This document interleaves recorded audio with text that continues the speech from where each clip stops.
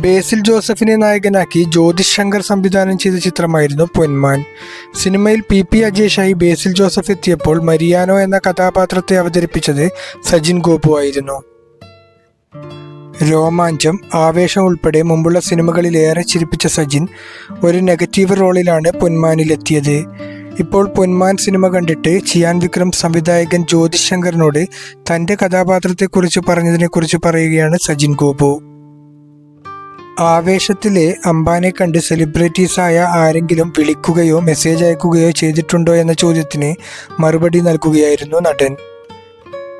അംബാന് ശേഷം ഒരുപാട് ആളുകൾ എനിക്ക് മെസ്സേജ് അയച്ചിരുന്നു, വിളിച്ചിരുന്നു.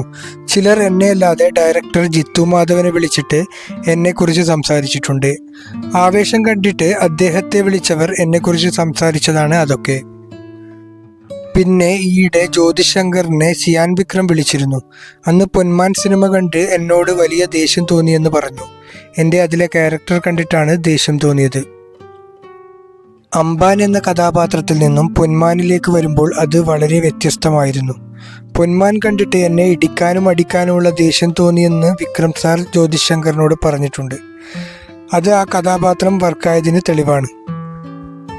GR ഇന്ദുഗോപന്റെ 4-5 ചെറുപ്പക്കാർ എന്ന നോവലിനെ ആസ്പദമാക്കിയാണ് പൊന്മാൻ എന്ന സിനിമ പുറത്തിറങ്ങിയത്.